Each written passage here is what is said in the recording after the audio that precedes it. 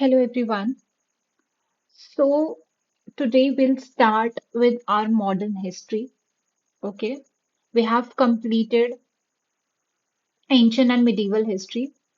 ठीक है, तो एंशियंट एंड मिडिवल हिस्ट्री के ज्यादा क्वेश्चंस नहीं थे, बट मैं आपको एक और बात बता दूं विच इज वेरी इंपॉर्टेंट कि अभी जो रीसेंट एग्जाम्स मतलब जो रीसेंट पेपर्स हैं आपके सीएपीएफ के, उसमें आपको क्या मिलेगा?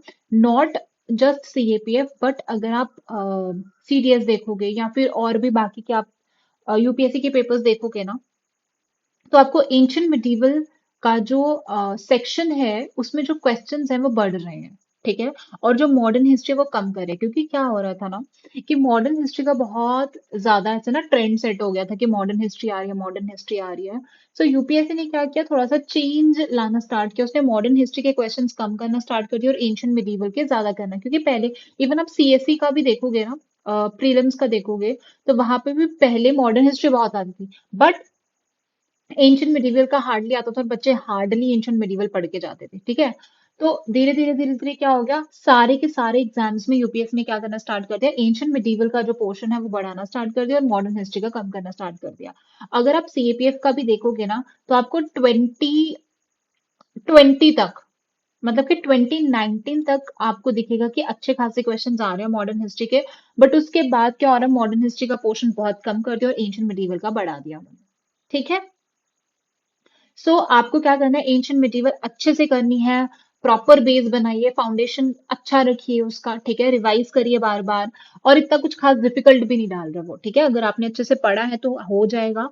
और दूसरी चीज, ऐसा भी नहीं है कि मॉडर्न हिस्ट्री के कम आ रहे हैं तो आप उसको फॉर ग्रांटेड ले लोगे, ऐसा भी नहीं करना है। हमें मॉडर्न हिस्ट्री भी बहुत अच्छे से करके जाना है। ठीक है। जो भी आपके कॉन्सेप्ट है उसको क्लियर करो, जो भी फैक्ट है वो पूछ रहा है वो अच्छे से पढ़ के जाओ। ठीक है। नोट्स मैंने प्रोवाइड कर दिए हैं आपको। देखिए उसमें से थोड़ा सा, वो मेरे हैंड रिटन नोट्स हैं और थोड़े से पुराने नोट्स हैं, इसीलिए थोड़ा राइटिंग ऊपर नीचे हो गई है उसमें, बट स्टिल आई ट्राई कि जो नहीं समझ में आ रहा आपको उसमें वो मैं आपको समझा दूंगी। ठीक है। बाकी स्पेक्ट्रम है, वहां से पढ़ सकते हो। ठीक है। स्पेक्ट्रम तो ऑलरेडी आपकी समरी बुक ही है। ठीक है। और चलिए स्टार्ट करते हैं मॉडर्न हिस्ट्री। आई ट्राई कि हम आज कल में मॉडर्न हिस्ट्री पूरा कंप्लीट कर देंगे। ठीक है। Last 10 year paper. Now, first we have a CAPF 2023, तो I hardly get these three questions. ठीक है। मेरे को यही तीन क्वेश्चंस मिले थे। सो फर्स्ट क्वेश्चन है, उसने बोला दैट बंदी जवान जो है सचिंद्र नाथ सान्याल है, फिलोसफी ऑफ बॉम्ब जो है वो भगवती चरण, इंडियन अनरेस्ट। देखिए ये सारी के सारे जो भी बुक्स हैं किसने लिखी थी, सारी की सारी जो पूरी लिस्ट है वो मैंने अपने नोट्स में प्रोवाइड की है, आप देख सकते हो वहां से। ठीक है। This is correct, this is correct. जो इंडिया अनरेस्ट है वो था आपका वैलेंटाइन चिरोल। ठीक है। इंडिया अनरेस्ट जो है आपका वो वैलेंटाइन चिरोल है, एनी बेसेंट नहीं है। ओके। बाकी एनी बेसेंट थी, उनका एक जर्नल भी था, न्यू इंडिया करके था, और कॉमनवील। ठीक है। न्यू इंडिया और कॉमनवेल्थ। ठीक है। ये था आपका एनी बेसेंट का। ओके। चले नेक्स्ट। इसमें और कुछ बताने वाला तो है नहीं है। चलिए नेक्स्ट अपने पास आती है कि इनमें से कौन सी जो है वो पब्लिक सर्विसेज पे नहीं थी। देखिए जो एचएसएन कमीशन और ली कमीशन है ये तो कैंसिल हो जाता है, क्योंकि ये आप पढ़ते हो। ठीक है। मॉडर्न हिस्ट्री में जाओगे वहां पे आपको एचएसएन कमीशन और ली कमीशन दिखेगा, बट आपको ये दोनों के बारे में, क्योंकि स्लिंगटन कमीशन है और राधाकृष्णन मिशन है, ये हो सकता है आपने नहीं पढ़ा हो, तो यहाँ पे आप कंफ्यूज हो सकते हो। मैं तो एडवाइस करूंगी कि ऐसा क्वेश्चन, अगर दो ऑप्शंस 50-50 पे आ रहे हो फिर भी आपसे गेस नहीं लग रहा है तो छोड़ दो उसको। ठीक है। क्योंकि इसकी गलत होने की प्रोबेबिलिटी बहुत हाई हो जाएगी। ओके। आंसर इसका आपका है राधा कृष्णन मिशन। देखिए जो राधा कृष्णन मिशन था ना वो एजुकेशन पे था। ठीक है। पब्लिक सर्विसेज पे नहीं था। इन्होंने क्या सजेस्ट किया था, यूजीसी के लिए सजेस्ट किया था आपका। ठीक है। कोई यूनिवर्सिटी एजुकेशन कमीशन है उसके लिए उन्होंने बोला था। और उन्होंने ये सजेस्ट किया था कि जो आपकी सेकेंडरी एजुकेशन है उसको क्या किया जाएगा, इंटीग्रेट कर देना चाहिए हायर एजुकेशन के साथ। ठीक है। यही था। बाकी तो आपको पता ही है, जो भी ये वाले कमीशन हैं वो पब्लिक सर्विसेज पे थे। फाइन। चलिए नेक्स्ट क्वेश्चन क्या है, लोक हितवाड़ी। देखिए ये भी मैंने आपको कराया है, मतलब कि मेरे नोट्स में है लोक हितवाड़ी। बहुत सारे टाइटल्स दिए जाते हैं। ठीक है। इसको ये बोलते हैं, उसको वो बोलते हैं। ठीक है। वो भी बहुत ज्यादा जरूरी हो जाता है। ओके, जैसे फ्रंटियर गांधी वाला आया था। फिर उसके बाद लोकहितवाड़ी है, किसको बोलते थे लोकहितवाड़ी? गोपाल हरि देशमुख को। ठीक है। वैसे भी अगर थोड़ा सा भी आपको डाउट हो रहा है तो यहाँ पे भी गोपाल है, यहाँ पे भी गोपाल है। तो मतलब इन दोनों में से आंसर होना चाहिए। ये मैंने ट्रिक आपको पहले ही बता दी थी। ओके, चलिए let's move to CAP of 2022। देखिए, there was a battle of Rakshasi Tangdi. Now जो ये जो राक्षसी टंगड़ी है आपकी, इसको क्या बोलते हैं? कौन सी बैटल है? That is battle of Talikota. ठीक है, देखिए बैटल ऑफ तालीकोटा पूछ चुका है, आई थिंक कहीं ना कहीं पहले भी पूछ चुका है। ओके, सो क्या करना है आपको? देखिए, जो बैटल ऑफ तालीकोटा था ना, उसमें क्या था, जो आपका विजयनगर एम्पायर था, ठीक है। ये जो मैंने एंशियंट मिडीवल के नोट्स दिए थे, उसमें यार मैंने क्या किया था, विजयनगरा एम्पायर अच्छे से कराया है। उसमें विजयनगरा एम्पायर थे, ठीक है, देवर आए थे जिनको हराया गया था। किन्होंने हराया था? डेक्कन जो सल्तनत थी, डेक्कन सल्तनत थी, उसने हराया था। ठीक है, जिसकी वजह से विजयनगर जो एम्पायर था पूरा का पूरा मतलब खत्म हो गया था। Okay, so that was the battle of Talikota. So answer इसका ये है, आपको सारी की सारी बैटल्स पढ़ के जाना, like battle of Khanwa, battle of Panipat, battle of Dharmat. ठीक है, अगर हम बात करेंगे बैटल ऑफ खानवा, तो बैटल ऑफ खानवा किस किस के बीच में थी?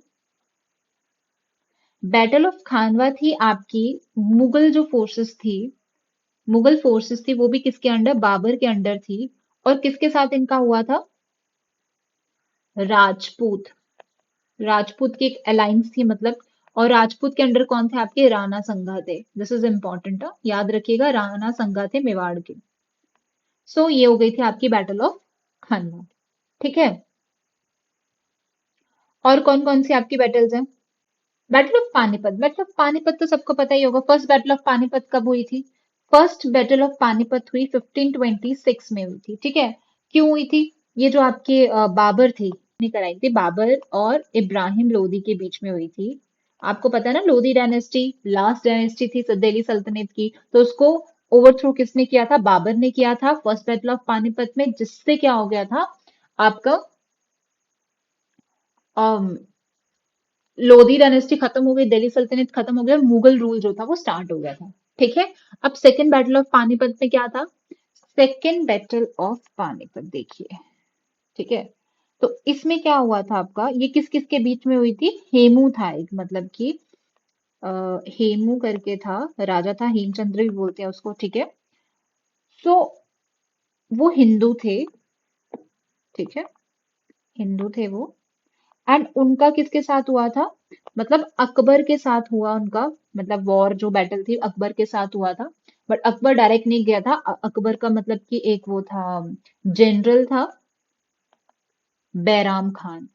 बैराम खान, ठीक है, वो लड़ी गई थी, अकबर जीत गया था उसमें।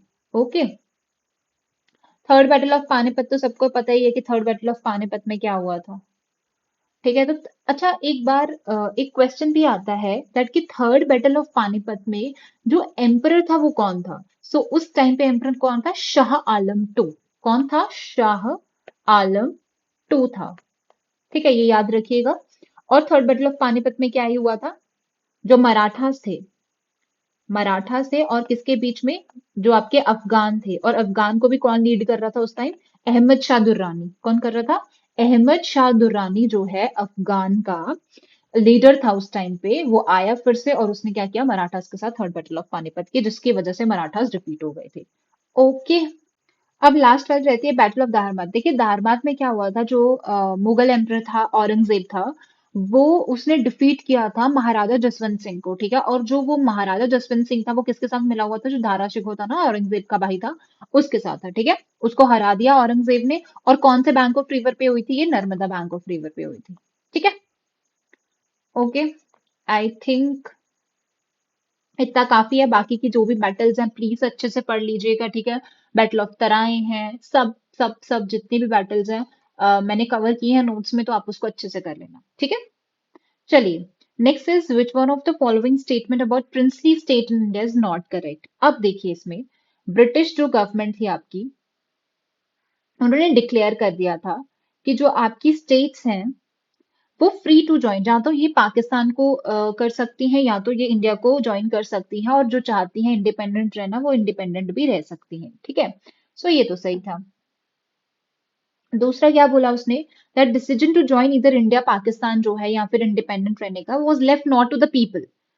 पीपल लोगों पे नहीं छोड़ा छोड़ा हुआ था, बट जो प्रिंसली रूलर्स थे उन पे छोड़ा था। बिल्कुल सही है, यही सही है। ठीक है, ऑब्वियसली लोगों पे क्यों छोड़ेंगे, वो जो उनको राज कर रहा है उस पे छोड़ेंगे ना। नेक्स्ट उसने बोला दैट रूलर ऑफ ट्रावनकोर जो था वो पहले इंडिपेंडेंट था। बिल्कुल सही है, जो हैदराबाद था, ट्रावनकोर था, जम्मू एंड कश्मीर था, इन्होंने क्या किया था, पहले बोला कि we will be independent, but बाद में इन्होंने क्या किया था, बाद में ज्वाइन हो गया था। कैसे हो गया था, देखिए, straight of Travancore finally join India through plebiscite. देखिए प्लेबिसाइड क्या होता है कि वहां के जो लोग हैं उनसे मत लिया जाता है कि आप कहाँ पे आना चाहते हो, इंडिया में आना चाहते हो कि नहीं, तो जो मेजोरिटी ऑफ द पीपल जहाँ पे वोट करेंगे वहां पे आएगा। बट ऐसा नहीं हुआ था, ठीक है। तो स्ट्रेट ऑफ ट्रावनकोर को क्या किया गया था, वो पहले तो नहीं मान रहे थे, बट बाद में खुद से ही उनके जो राजा थे उन्होंने बोला कि ठीक है, हम क्या कर लेंगे, इंडिया की टेरिटरी का पार्ट बन जाएंगे। सो दिस इज इनकरेक्ट, ठीक है। दूसरा चीज था आपका हैदराबाद था, ठीक है। हैदराबाद को कैसे लाया गया था, हैदराबाद को लाया गया था पुलिस एक्शन से, ठीक है, पुलिस एक्शन करवाया गया था, और जिसको आप ऑपरेशन पोलो भी बोलते हो, which is very very important. कब हुआ था ये आपका, सितंबर में हुआ था, अराउंड 1948 में हुआ था। समझ आया, ओके। चलिए, next is when was the Kothari commission. ना कोठारी कमीशन किस पे है, दैट इज इंपॉर्टेंट, ठीक है। देखिए जो कोठारी कमीशन था ना, वो आपका किस पे था, एजुकेशन पे था। किस पे था, एजुकेशन पे था। एंड इसको नेशनल एजुकेशन कमीशन भी बोलते हैं, ठीक है। ये किस लिए लाया गया था, कि जो गर्ल्स एजुकेशन है, फोकस किया जाएगा गर्ल्स एजुकेशन पे, ताकि सोशल जस्टिस को क्या किया जाए, प्रमोट किया जाए। एंड सिर्फ गर्ल्स एजुकेशन ही नहीं, जो एजुकेशनली बैकवर्ड क्लासेस होती हैं, या फिर जो ट्राइबल पीपल होते हैं, और जो मेंटली हैंडीकैप चिल्ड्रन होते हैं, उनके लिए उन्होंने ये चीज बोली थी, ठीक है। सो ये कब आई थी आपकी, 1964, 14 जुलाई 1964 में, ठीक है। अब ये प्योरली क्या है आपका, फैक्ट बेस्ड है। सो नहीं आता है तो प्लीज लिव दिस क्वेश्चन, ठीक है। चलिए अब आता है vernacular press act. Vernacular press act क्या है, देखिए क्या होता था कि जो हमारे लीडर्स होते थे ना, तो वो अपनी नेटिव लैंग्वेज में, अपनी रीजनल लैंग्वेज में न्यूज़पेपर छापते थे, और जो भी चीज उनको फैलानी रहती थी तो वो उसके थ्रू फैलाते थे। अब जो ब्रिटिशर्स होते थे उनको तो समझ ही नहीं आती थी, तो अब उनको ये समझ में आ गया कि अगर ये मतलब न्यूज़पेपर ऐसे ही चलते रहेंगे तो हम उस पर कंट्रोल नहीं कर पाएंगे, ठीक है। तो इससे क्या हो जाएगा, जो मास है वो मैनिपुलेट हो जाएगा, ठीक है। तो इसीलिए उन्होंने क्या कर दिया, वर्नाक्युलर प्रेस एक्ट ला दिया। वर्नाक्युलर प्रेस एक्ट के अकॉर्डिंगली उन्होंने क्या कर दिया कि एक्सेप्ट इंग्लिश, इंग्लिश को छोड़ के जो भी आपके रीजनल लैंग्वेज में अगर आप क्या कर देते हो, न्यूज़पेपर को छापते हो, तो पहले वो रिव्यू होगा, ठीक है। मतलब उसको कर्टेल कर दी कि आपके पास फ्रीडम नहीं है इंडियन लैंग्वेज में प्रेस की, ओके। अब क्या हुआ था, ये जो एक्ट था, अब ये जो एक्ट है इसको लाया किसने था, लिटन ने लाया था, बिल्कुल सही है, लिटन ने लाया था। अब उसने बोला दैट इंडियन जो प्रेस थी वो fail to protest against this. देखिए ये गलत है, क्यों, क्योंकि उन्होंने प्रोटेस्ट किया उसी वजह से, जो लॉर्ड रिपन आया था। कौन आया था, लॉर्ड रिपन आया था। उसने क्या किया, इसको रिपील कर दिया। कब किया उसने रिपील, इसको 1881 में इसको क्या कर दिया, रिपील कर दिया, ठीक है। इसी वजह से आपका जो प्रोटेस्ट था वो फेल नहीं हुआ। So answer would be your two, okay. Lytton के बाद वाइसरॉय आपका रिपन ही था, ठीक है। चलिए अब आता है, this is also purely a factual question, बहुत फैक्चुअल क्वेश्चन है ये। आई वुड सजेस्ट अगर नहीं आता तो प्लीज ऐसे क्वेश्चंस को छोड़ दो, प्लीज छोड़ दो, ठीक है। You should know that which question to attempt and which question you should leave, okay. So first question वो बोलता है कि सेकेंड एंग्लो अफगान वॉर हुई थी ना 1878 में, ये सही है आपका, बाकी ये गलत है, ठीक है, ओके। ये भी आसपास ही हुआ था, आई थिंक 1990, 1989 का है शायद। ओके, सो ये आप टाइमलाइन देख लेना। बाकी इल्बर्ट बिल कंट्रोवर्सी थी क्या? क्या थी इल्बर्ट बिल कंट्रोवर्सी? देखिए, इल्बर्ट बिल के अंडर ये चीज बोली गई थी। पहले क्या होता था ना, कि जो आपके इंडियन जजेस हैं, वो इंडियन जजेस यूरोपियन जो भी डिफेंडेंट्स होते थे उनको ट्राई नहीं कर सकते थे। फॉर एग्जाम्पल, उनके खिलाफ जजमेंट नहीं पास कर सकते थे, ऐसा था। बट इल्बर्ट बिल ने बोला नहीं, कि जो इंडियन जजेस होंगे वो भी क्या करेंगे, कि अगर आपका चाहे वो क्रिमिनल या फिर जो भी है वो वेस्टर्न होगा या फिर इंग्लिश होगा या वाइट होगा, तो उसको भी कर सकते हैं। ठीक है, सो इसीलिए ये इल्बर्ट बिल कंट्रोवर्सी आई थी आपकी, एंड इट वाज अराउंड 1883। ठीक है, चलिए नेक्स्ट है सीएपीएफ 2021। अब उसने बोला who among the following want his colleagues at the constituent assembly was British made and was working the British plan work कर रही है। मेरे को एक बात बताइए, अब ये इतना ज्यादा फैक्चुअल क्वेश्चन है, इसको कैसे सॉल्व करोगे? कैसे सॉल्व करोगे? मैंने क्या चीज बोली थी, कि जब भी आप पेपर सॉल्व करते हो ना, तो एक क्वेश्चन का आंसर दूसरे क्वेश्चन में मिल जाता है आपको। कैसे मिलता है देखिए, यहाँ पे सेम ईयर का question that on 26th of Jan we are going to enter a life of contradictions, in politics we will have equality and this and this. समझ आया? अब खुद देखिए, यहाँ पे बी आर अम्बेडकर है, यहाँ पे सोमनाथ लहरी है, यहाँ पे बी आर अम्बेडकर है, यहाँ पे सोमनाथ लहरी है। सेम सेम आ रहे हैं, इसका मतलब इसमें से एक का आंसर बी आर अम्बेडकर होना चाहिए, एक का आंसर सोमनाथ लहरी होना चाहिए। ठीक है, अब देखिए, अब मेरे को ये खुद बताइए, उसने ये चीज बोला ऑन 26 जैन 1950 हम लाइफ ऑफ कॉन्ट्रडिक्शंस में जा रहे हैं। In politics we will have equality. ठीक है, हमारी पॉलिटिक्स में तो इक्वालिटी होगी, बट सोशल और इकोनॉमिक लाइफ में इक्वालिटी होगी। अब मेरे को ये बताओ कि ये कौन बोल सकते हैं? बी आर अम्बेडकर जी बोल सकते हैं ना। इसका बी आर अम्बेडकर, इसका सोमनाथ लहरी।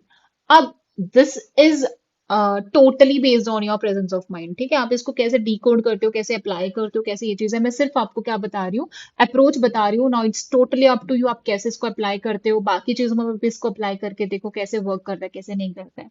ठीक है, बाकी कुछ समझ में नहीं आ रहा है, एक और ऑप्शन है आपके पास, लीव दिस क्वेश्चन। ओके, चलिए देखिए, ये जो आपका एक गट पावर रहता है, वो कैसे बढ़ेगा? प्रैक्टिस से बढ़ेगा। प्रैक्टिस करोगे, ये सब चीजें खुद ढूंढोगे, यूपीएससी का माइंडसेट समझोगे, उसके बाद ही you will be able to solve. ठीक है, अब आप कहोगे कि यार मेरे को उतना ही मैं करके आऊंगा जितना मेरे को आता है, तो देखिए ऐसे पेपर सॉल्व, ऐसे पेपर क्लियर नहीं होता। रिस्क नहीं लोगे तो आपका पेपर क्लियर, मतलब चांसेस बहुत कम रहते हैं। ठीक है, क्योंकि अब रिस्क भी कैसे लेना है, कैलकुलेटिव रिस्क लेना है, लॉजिकल रीजनिंग लेना है, सोचना है, एनालिसिस पे बेस्ड होगा, आपका पढ़ाई पे होगा, स्मार्ट वर्क होगा।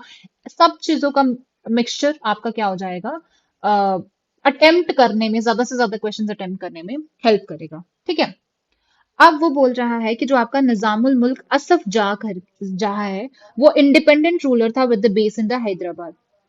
सो ये जो क्वेश्चन है वो आ चुका है आपका, असफ जाह वाला क्वेश्चन आ चुका है, आई थिंक इन सीडीएस में आया है। सो उसमें ये उल्टा था। ठीक है, तो किलीच खान पूछा गया था, सीडीएस पूछा, सीएसई पूछा, मेरे को याद नहीं आ रहा, बट पूछा है कहीं तो भी। सो असफ जा उल्टा था, असफ जा आपका उसमें था, ऑप्शन में था। ठीक है, तो इसका आंसर क्या है आपका? किलीच खान है। ओके, ये भी नोट्स में है वैसे तो। चलिए, नेक्स्ट क्वेश्चन है the growth of socialist tendency in the national movement led to the foundation. ठीक है, सोशलिस्ट टेंडेंसी क्या है, उसकी वजह से क्या हो गया, कांग्रेस सोशलिस्ट पार्टी बनी। किनके अंडर बनी थी? आचार्य नरेंद्र देव और जयप्रकाश नारायण। ठीक है, तो इतना तो पता ही होगा कि ये सोशलिस्ट थे। ओके, अगर मॉडर्न हिस्ट्री पढ़ी है तो सोशलिस्ट पार्टी बनी थी, कोई गलती है इसमें नहीं है। 1936 में जो जवाहरलाल नेहरू थे, और द कांग्रेस टू एक्सेप्ट, उन्होंने कहा कि सोशलिज्म होना चाहिए। ठीक है, जवाहरलाल नेहरू ने फोकस ही सोशलिज्म पे किया था। ठीक है, एंड ताकि जो पीजेंट्री वगैरह या जो वर्किंग क्लास है वो भी गोल के पास आ जाए, तो बिल्कुल सही है आपका। ठीक है, ब्रिंग क्लोजर, एक दूसरे के पास लाया जाए पीजेंट्री एंड वर्किंग क्लास को। सो answer would B both 1 and 2। चलिए, next question is that initially what was the purpose. Initially क्या पर्पस था? नो, इनिशियली वर्ड आ रहा है। ठीक है, सबसे पहले क्या पर्पस था हिल स्टेशन को ड्यूरिंग द कॉलोनियल पीरियड में, मतलब कि सेटअप करने के लिए क्यों किया गया था? देखिए, हिल स्टेशन क्यों बनाना चाहते थे वो ड्यूरिंग द कॉलोनियल पीरियड?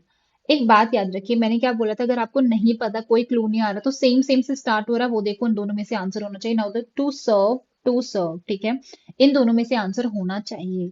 अब मेरे को ये बताओ, उसने बोला to serve as a winter capital for the British और to serve the needs of the British army. अब मेरे को ये बताओ, विंटर कैपिटल वो वहां क्यों करेंगे, सर्दियों की? अगर जैसे for example Jammu and Kashmir है, ठीक है, तो उनकी winter capital is Jammu and summer capital आपका श्रीनगर होगा ना। तो इसमें विंटर कैपिटल तो नहीं आना चाहिए। सो आंसर क्या बच गया? To serve the needs of the British army, British army की जो नीड्स है उसको सर्व करने के लिए ये था। ठीक है, चलिए नेक्स्ट क्वेश्चन है अपने पास। ठीक है, ये सारे के सारे जो सेटलमेंट्स हैं, ठीक है, ये सब कवर की हुई है नोट्स में, तो आप देख लेना। सब परमानेंट सेटलमेंट बिल्कुल से लॉर्ड कॉर्नवालिस था, रियोतवारी मुनरो थे और मालवाड़ी मैकेंजी। एम से मालवाड़ी, एम से मैकेंजी याद रखिएगा। ठीक है, so answer would B 1 2 and 3। Fine, चलिए नेक्स्ट है अपना फाउंडेड धर्म सभा किसकी थी? राधा कांत देव की थी। This is very easy question है। वेट, यहाँ पे देखिए, ठीक है, तो जितनी भी आपकी मूवमेंट्स थी, क्या था, सब मैंने कवर किया है इसमें। प्रार्थना समाज कब था, Paramhansa Mandali, young Bengal movement, everything you'll get. Okay, क्या पूछा था उसने? ओके, राधाकांत देव वाला पूछा था ना, धर्म सभा। ठीक है, राधाकांत देव। ओके, चलिए देखिए, अब ये जो क्वेश्चन है इसको आपको छोड़ना ही छोड़ना है, क्योंकि ये आई डोंट थिंक सो किसी को आता होगा ये क्वेश्चन। ये कहाँ से डाला है मेरे को ये भी नहीं पता, कहाँ से डाला है ये इन्होंने। ठीक है, अब उसने बोला कि इनमें से जाट पीजेंट लीडर्स, अगर सिर्फ उसने ये बोला था कि जाट पीजेंट लीडर कौन से, तो भी शायद तुम अटेम्प्ट कर पाते, बट उसने क्या बता दिया आपको? क्रोनोलॉजिकल ऑर्डर में बता दिया। सो ऐसे क्वेश्चंस वो इसीलिए डालता है क्योंकि कुछ ना कुछ ऐसा डिफिकल्ट डालता है जो किसी को नहीं आएगा। सो ऐसे क्वेश्चन को छोड़ दो, बिल्कुल के बिल्कुल छोड़ दो उसको। ठीक है, क्योंकि इसके लिए कोई क्लू कोई कुछ नहीं है, पता होगा तो ठीक है, नहीं पता तो छोड़ दो उसको। ठीक है, आंसर इसका ए है, but I would suggest please avoid attempting these types of questions. ठीक है, चलिए सीएपीएफ 2020। अब देखो सुलेकुल जो है वो मैंने आपको कवर कराया था, आई थिंक एंशियंट मिडीवल जब हिस्ट्री पढ़ा रही थी उस टाइम पे था सुलेकुल। ठीक है, तो सुलेकुल क्या था आपका? एब्सोल्यूट पीस था, बिल्कुल सही है। और ये किसने वो कराया था? अकबर थे उसके टाइम पे। ठीक है, अकबर ने कराया था ये start. And it provided for कि आपको फ्रीडम है, कोई भी रिलीजन आप फॉलो कर सकते हो, कोई भी स्कूल ऑफ थॉट फॉलो कर सकते हो, ये भी सही है। एंड सुलेकुल को इम्प्लीमेंट कराया जाएगा थ्रू स्टेट पॉलिसीज, ये भी सही था। So answer would be your 1 2 and 3। Okay, Paramhansa Mandali अभी बताया आपको मैंने, ये रहा परमहंस मंडली। ठीक है, सो दिस इज परमहंस मंडली। दादोबा पंडुरंग थे और मेहताजी दुर्गाराम थे। वही भी प्रार्थना प्रार्थना आत्माराम पंडुराम थे। कौन थे? प्रार्थना समाज के आत्माराम पंडुराम। ठीक है, तो उसने क्या बोला है आपको? दैट परमहंस मंडली, परमहंस जो मंडली थी was founded by Swami Vivekananda. Swami Vivekananda नहीं थे, सो पहला तो गलत हो गया। प्रार्थना समाज जो था वो स्टार्ट किया गया था महाराष्ट्र में। एम क्या था उनका? Hindu religious thought and practices को रिफॉर्म करना। बिल्कुल सही है। सो आपको पता होना चाहिए कौन से रिफॉर्मिस्ट थे, कौन से रिवाइवलिस्ट थे। ठीक है, so answer would be your B part. ठीक है, और आपको ये सब चीजें भी पता होनी चाहिए कि कब स्टार्ट हुआ था। जैसे प्रार्थना समाज 67 में, इनका जो क्रोनोलॉजिकल ऑर्डर है वो भी पता होना चाहिए, इनका ईयर पता होना चाहिए आपको। ठीक है, कौन कौन एसोसिएटेड है, इनका क्या क्या मोटिव था, everything you should know, you must know. Okay, चलिए नेक्स्ट है that which one of the following is not correct about Mahatma Gandhi. इसमें से कौन सा है जो करेक्ट नहीं है? उसने बोला that it was the first national activity थी जिसमें पार्टिसिपेट हुई थी विमेन इन लार्ज नंबर। ठीक है, गांधी जी ने अलाउ किया था women participation at the request of Kamala Devi Chattopadhyay. ठीक है, march was fully covered by western press, western press ने कवर किया था, बिल्कुल सही है। March began after the failure of first round table conference in London. देखिए, जो आपका दांडी मार्च स्टार्ट ही उन्होंने इसीलिए किया था कि जो उन्होंने 11 डिमांड्स रखी थी कि आप पूरा कर लो, अदरवाइज ठीक है आप हमारी जो डिमांड्स है वो पूरा कर लो।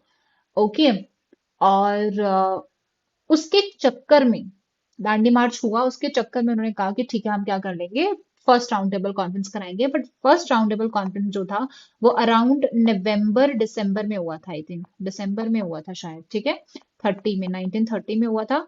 एंड ये स्टार्ट हुआ था आपका 12 ऑफ मार्च से लेके 6 ऑफ मई तक चला था। ठीक है, 1930 में ही हुआ था ये। So answer would be your D part. ठीक है, नेक्स्ट आता है अपने पास British committee of the Indian National Congress. ये भी प्योरली फैक्चुअल क्वेश्चन है, ये आपको नोट्स में मिल जाएगा। सो आंसर क्या था इसका? 8089। ठीक है। सो इतना कोई डिफिकल्ट क्वेश्चंस नहीं आए हैं। ये तो ऑलरेडी पूछता रहता है, ये सब चीजें वो पूछता रहता है। ठीक है। सो आपको क्या करना है, एटलीस्ट जो जो चीजें पूछी हैं वो अच्छे से कर लीजिए। ओके, न्यूज़पेपर्स हैं, जर्नल्स हैं, कमेटीज हैं, कमीशंस हैं, इवेंट्स हैं, आपके इंडियन नेशनल कांग्रेस के सेशंस हैं, वाइसरॉयज हैं, ठीक है, बैटल्स हैं, ये सारी की सारी चीजें आपको क्या करनी है, अच्छे से पढ़ लेनी है। ओके। एक्ट्स वगैरह हैं, फैक्ट्री एक्ट भी आता है इसमें। Okay. So this is it for today. Rest will continue in next video. ठीक है। So thank you.